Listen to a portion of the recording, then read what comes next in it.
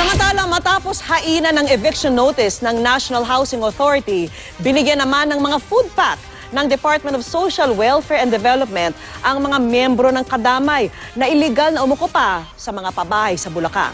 Reklamo tuloy ng mga lehitimong residente sa pabahay, bakit sila hindi inabutan ng tulong? Nakatutok po si June Veneracion. Anarkiya ang itinawag ni Pangulong Duterte sa ginawang pag-ukupa ng grupong kadamay sa mga proyektong pabahay ng gobyerno sa Pandi, Bulacan. Binigyan pa nga ng eviction notice ang mga iligal na umukupa sa mga bahay.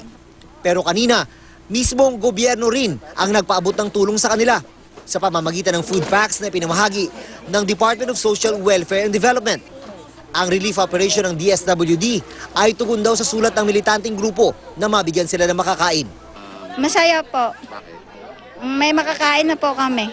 Habang binibigyan ng relief goods ang mga miyembro ng kadamay, hindi napigilan ng mga lehitimong naninirahan sa mga housing unit ang kanilang galit. Maralita din naman daw sila gaya ng kadamay, pero ayaw daw silang bigyan ng food pack ng DSWD. Ang kailangan lang po ng mga kasama namin dito sa Panderestre na kung anong ibinibigay sa kadamay, bibigyan naman po ang naninirahan po dito. Sa pangalawang araw ng pagsisilbi ng eviction notice ng National Housing Authority laban sa kadamay, ang mga nag-ukupa naman sa pabahay para sa mga taga Bureau of Fire Protection ang pinuntahan. Nakalatag na ang kumpletong plano ng pagsisilbi ng eviction notice, isang relocation area sa kada isang bahay. Naging maayos naman ang pagtanggap sa mga eviction notice. Dito sa Villa Elise, nagsimula ang pagsisilbi ng National Housing Authority ng eviction notice sa mga miyembro ng kadamay.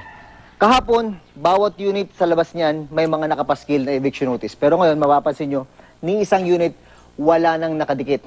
Ito, ang natira sa eviction notice ng NHA. Tinanggal, nilamukos. Pero kahit tinanggal at nilamukos ang mga eviction notice, hindi pa rin magbabago ang taning ng gobyerno na dapat umalis ang kadamay sa loob ng 7 araw. Sa San Jose del Monte naman sa Bulacan, 300 miyembro ng sikap na umukupa rin sa mga bahay ang sinilbihan din ng eviction notice. Pinalagan din ito ng mga miyembro ng sikap. Kaninang umaga, 700 miyembro rin ng kadamay ang nagtangka naman daw pasukin ang La Solidaridad State Homes sa barangay San Isidro, Rodriguez, Rizal. Mahigit 1,000 unit ang naroon na nakalaan para sa mga miyembro ng AFP, PNP, BFP at BJMP.